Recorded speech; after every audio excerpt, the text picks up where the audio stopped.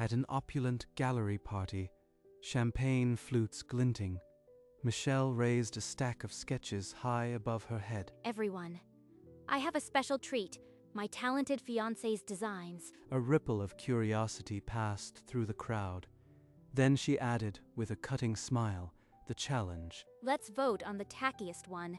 Be brutally honest. Kevin froze mid-step, his smile dissolving as he realized the trap. Eager hands reached for the drawings, snatching them up from the table. A guest pointed at a sketch dripping with gaudy feathers and yelled, "Tackiest." Howls of laughter rolled through the crowd as they cast their votes. Kevin grabbed his portfolio, hands trembling, and pushed toward the exit. The sound of their mockery chased him out, the laughter still ringing in his ears. The next morning, in their silent apartment, Kevin folded clothes into a single suitcase, his movements mechanical and final. She never saw the art. She only wanted a performance. He placed his engagement ring on the table, beside a note in his own handwriting that read, "I won't be a punchline." His phone buzzed with Michelle's name, but he silenced it and slipped out the door. At the airport, Kevin purchased a one-way ticket to Milan. No return date, no goodbyes. If they think I am a joke, I'll become the one they beg to wear. The plane lifted off. Kevin watched the city shrink beneath the clouds, his former life fading into a grid of light. 0 connections. 0 reputation. Just the skill in my hands and the fire in my chest. Hours later, the Italian landscape unfolded below, a tapestry of ochre and green, ancient and demanding. He stepped off the plane with nothing but a vow and a suitcase of designs, into a city that had never heard his name. For days, Kevin walked the cobblestone streets of Milan's fashion district, portfolio tucked under his arm. Every door I knocked on closed before they saw the first sketch. Finally, a tailor took pity and let him sleep in a corner of the workshop, in exchange for menial labor. I'll stitch until dawn, but I'll touch every fabric and learn the bones of a garment. He spent his nights altering patterns under a single lamp, his fingers raw. An evening fashion class offered him access to critics, and one of them tore his design to shreds. The feedback was a blade that cut deep. No voice, no risk. Do it again. Then I'll show them risk. Kevin stayed awake all night, ripping seams and rebuilding the silhouette from memory. The next class, the same critic studied the new design in silence, then gave a single nod. A nod opened a door. Kevin was invited to show a collection at a local fashion week. This is my first stage. No more laughing crowds, only the eyes that build careers. Backstage, he adjusted the final seam on a gown, heart hammering. As the first model walked, the audience leaned forward and gasped. An editor lowered her glasses. "Who made this?" she whispered. After the show, a boutique ordered 3 pieces. Then a stylist called for a custom gown. A celebrity request. If I mess up, it's over. But if I deliver, everything changes. He found a tiny storefront with a cracked window. He swept it and hung a hand-painted sign. "Reed Atelier." The actress wore his gown to a premiere. Photographers surrounded her. The name Reed echoed. Kevin stood in the empty atelier, a single order book, and the future pressed in. 6 winters later, Reed Atelier filled an entire building on the Via Monte Napoleone, its windows glowing with gold light. A 2-year custom waitlist was standard, and every yes was earned. They laugh, then they beg. That's the rule of the game. A countess had just been turned away, her pleas met with gentle, immovable refusal. Respect for the craft is not negotiable. I am certain you'll find another atelier. No one knew it, but Kevin kept a personal rule born from that gallery night. He never dressed anyone who had ever publicly mocked his designs. A single vote is a permanent stain. I don't dress stains. Reed Atelier ran like a clock. Appointments booked years ahead, and the silence of the rejected was never discussed. The rule hung in the air, invisible but understood by the very few who mattered. 6 years had passed, and Michelle Vance now lived in a penthouse overlooking Central Park, her name stitched into the social fabric. The Met Gala, Richard. We finally got the invite. This is our moment. Her husband, Richard, a venture capitalist, smiled thinly. He expected the very best. It has to be Reed. Nothing else will do. It's the only name that matters this year. The assistant, summoned, stood nervously with a tablet, the wait list already pulled up. Mrs. Vance, Reed Atelier has a 2-year wait list. They're not known for exceptions. I didn't ask about their policy. I asked you to make it happen. Call them. The assistant knew it was futile, but nodded, feeling the pressure of a social climber who never heard no. This is my shot at real recognition. I won't let a policy stop me. The order was clear. Get a Reed gown, or their social season would be a failure. The assistant pressed the call button on the Reed Atelier contact. The line rang twice before someone picked up. Reed Atelier. How may I assist you? This is the office of Michelle Vance. We need to commission a custom gown for the Met Gala. I understand the request, but our custom slots are fully committed for the next 2 years. There are no exceptions. Do you know who Mrs. Vance is? There isn't a budget limit. Whatever it costs, we'll pay. Reed Atelier does not expedite for influence or payment. The wait list is absolute. I apologize for the inconvenience. The assistant hung up, her jaw tight. She dialed a former client of the atelier, hoping a back channel would bend the rule. Favors were called in. An acquaintance of an acquaintance promised to whisper the name to the appropriate ear. The atelier's internal system flagged the request. A staff member hesitated, then carried the client file down the hall. The name Vance landed on Kevin's desk, placed gently atop the morning's correspondence. Kevin's hand paused above the file. The name, Michelle Vance, stared back at him, a ghost he hadn't expected. Michelle, the woman who turned my work into a joke for her dinner guests. He flipped through the attached bio, socialite, married, Met Gala +1. The same dismissive smirk lingered in his memory. She begged for my art, but she's still the same person who voted me the punchline. He called for his private stationery. This response would not be handled by his staff. A single letter on this paper will say everything she never expected to hear from me. He wrote slowly, each word a measured cut. The ink dried under the atelier's amber light. He folded the page, sealed the envelope with the Reed crest, and summoned a courier. No phone call, no email. The answer will arrive in a form so polite she can't attack it. The courier exited the atelier, and Kevin leaned back, knowing the game had just begun. 2 days later, a cream envelope bearing the Reed Atelier crest was delivered to the Vance penthouse. Finally, the response. I knew persistence would pay off. She tore it open, but as her eyes traveled down the elegant script, the smile dissolved into something hollow. Dear Michelle, I'd be honored, except I've made it a personal rule never to dress someone who has voted on my work. Best wishes for the gala. Sincerely, Kevin Reed. Kevin Reed. Number. This can't be happening. Her hands began to tremble, and the letter slipped to the floor, the name burning like a brand. The words were so polite, so professional, and utterly devastating. 6 years ago, I turned his art into a punchline. Now he's the only designer I need. The wait list was an illusion. The true barrier was a memory she had long buried, and he had carefully preserved. She stood in the empty dressing room, the ghost of her own laughter choking the air. Michelle paced the sitting room, the letter crushed in her fist. The silence was worse than the words. He can't do this. Not now. Not when I finally have a real chance. Richard stepped in, loosening his tie.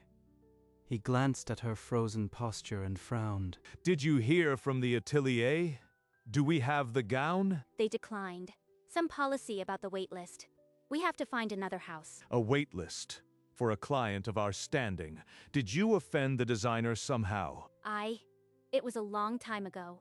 It doesn't matter.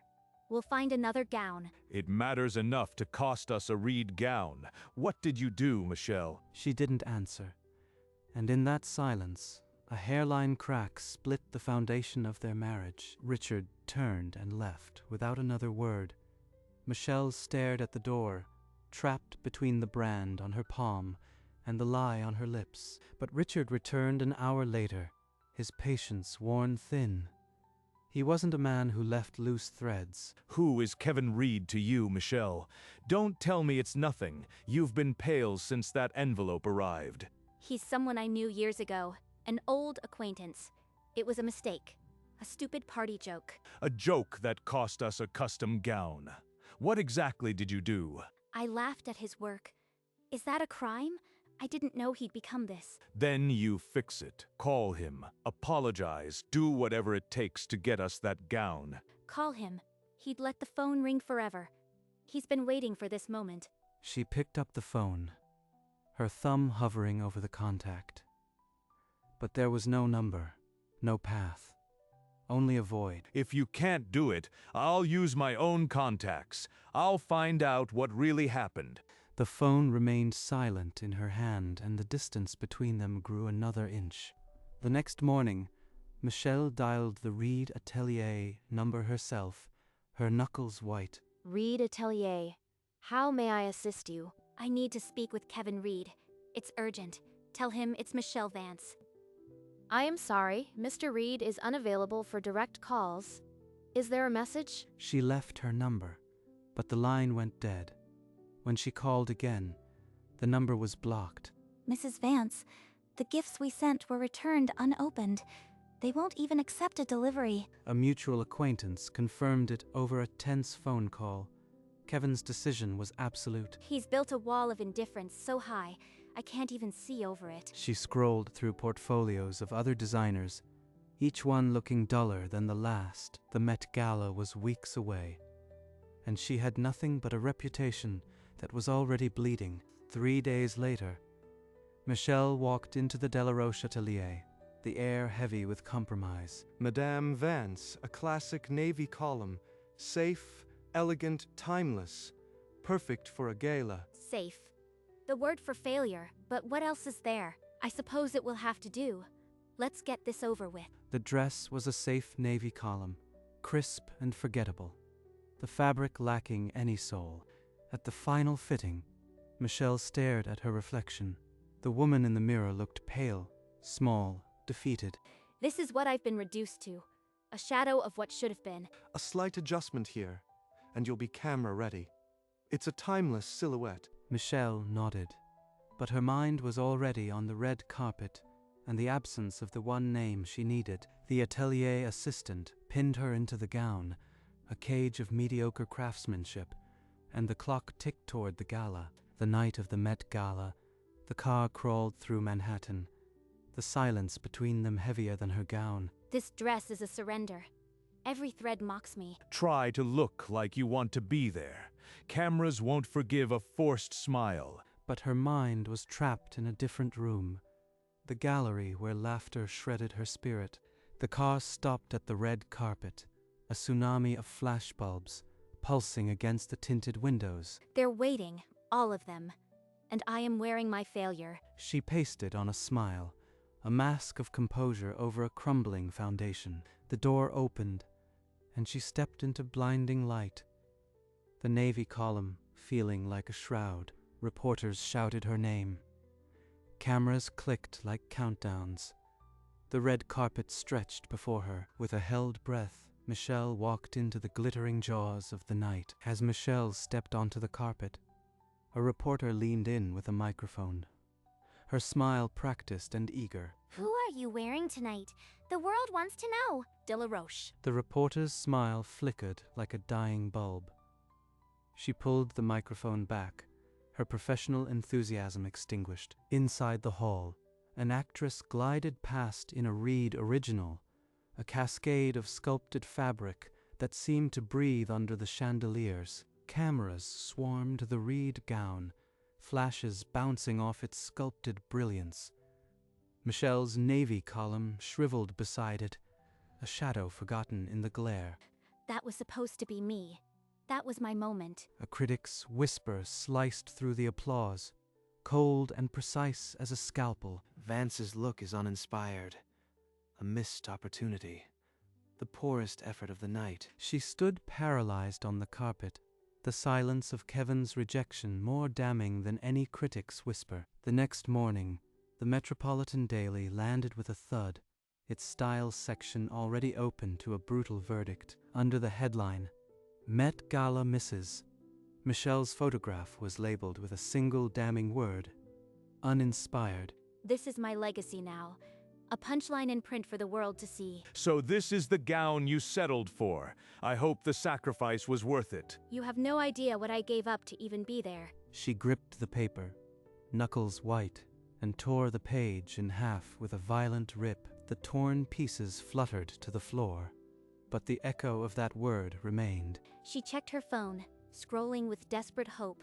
Anything from Kevin, but the screen stayed blank. No gloating message. No follow-up. Kevin's silence was louder than any headline. The revenge was complete. Not a wound from his hand, but a grave of his silence. Across the city, Kevin sat in his atelier, the same newspaper open on his desk, the morning light untouched by drama. There she is, the worst dressed, and I feel nothing. He didn't linger on the photo. His eyes moved to the next page, already bored. That chapter closed itself. I just turned the page. He set the paper aside and pulled a fresh sketch toward him, the lines flowing from his pencil without hesitation. This collection is the only thing that matters. The past has no fabric I want to cut. A staff member peeked in, tablet in hand. Shall we send congratulations flowers to any clients from last night? No flowers. If they need my gown, they know where the waitlist is. The assistant nodded and withdrew. The rule understood without being spoken. Kevin returned to his sketch. The silence of his atelier, a perfect, unbroken peace. That evening, Richard set the torn newspaper on the coffee table and faced Michelle. His silence was heavier than any shout. Enough. I know you didn't just laugh. I hired a private investigator. He found the old gallery story. It was a stupid game. I was young. I humiliated him in front of everyone. I never thought he'd become this. You turned a man's life into a joke, and then you tried to wear the crown he built from the ashes. Richard, please. I've already lost. What more do you want? I want a wife who didn't lie. I want a partner whose cruelty didn't destroy our social future. He walked out, and the phone calls began to stop. Invitations dried up like ink on the torn newspaper. I am not just worse dressed. I am untouchable.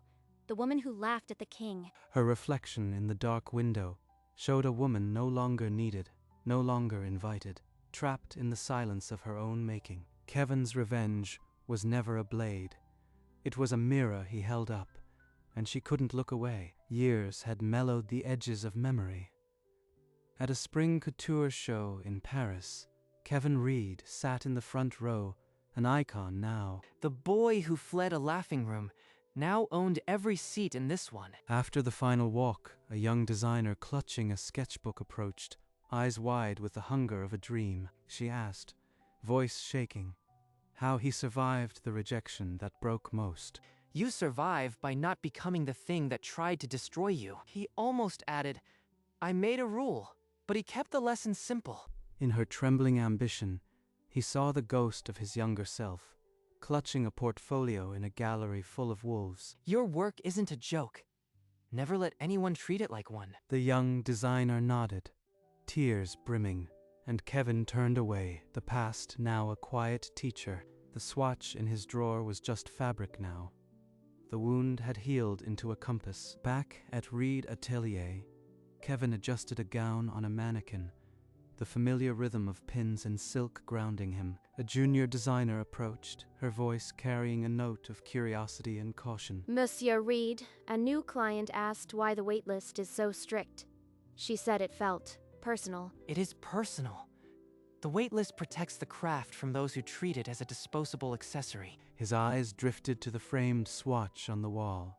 the gaudy feather still sealed in its shadow box. Do you ever regret turning someone away, even when they beg? Not when they've already shown me who they are. Respect is non-negotiable. The swatch was never about revenge.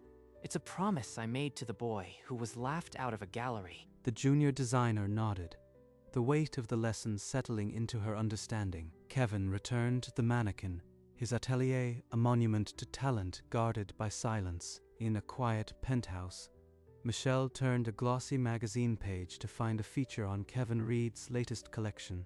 The waitlist is still 2 years. Some rules never soften. She set it down, the page open, and the only sound was a ghost of a sigh. Across the city, Kevin opened a drawer in his silent atelier. He picked up the framed swatch. The gaudy feather faded, but still recognizable. The boy who needed this to survive doesn't need it anymore. But I'll keep it for the ones still fighting. He placed it back in the drawer, closed it gently, and turned away. His hand found the light switch. One click, and the atelier fell into the quiet darkness of a peaceful night. The mannequins stood like silent guardians, draped in unfinished dreams, and Kevin Reed never spoke to her again. Outside the atelier, the city hummed with late-night life, but inside, only stillness reigned. Kevin stepped out, the door clicking shut behind him. The lock turned with a soft finality. The sign Reed Atelier glimmered once in the amber streetlight, then faded into the night. Inside, the mannequins stood in silent formation, draped in silk and shadow. No cameras, no critics, just the quiet proof of a life built from scraps of humiliation, and somewhere, the echo of a gallery laugh had become the whisper of a locked door. Kevin had turned rejection into a world that would never open for those who mocked it. Reed Atelier. Waitlist. Forever. The rule unbroken. He never sent flowers. He never answered calls. He never spoke to her again. And that silence was the loudest thing they ever heard.